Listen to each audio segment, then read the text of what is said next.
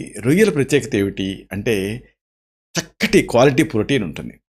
ఈ మంచి ప్రోటీన్ ఉండటం వల్ల ఇది మనుషులకి అవసరమైన అన్ని అమైనో యాసిడ్స్ని అందిస్తుంది.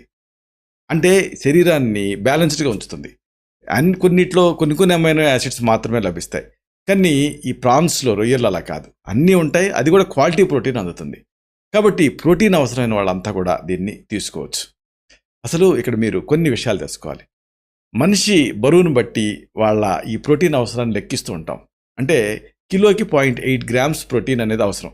ఈ లెక్కన మీరు లెక్కేసుకోవచ్చు. మీరు 60 కిలోలు ఉంటే ఎంత, 65 కిలోలు ఉంటే ఎంత, 70 కిలోలు ఉంటే ఎన్ని గ్రాముల ప్రోటీన్ అవసరం మీకు అనేది ఇలా లెక్కేసుకోవచ్చు.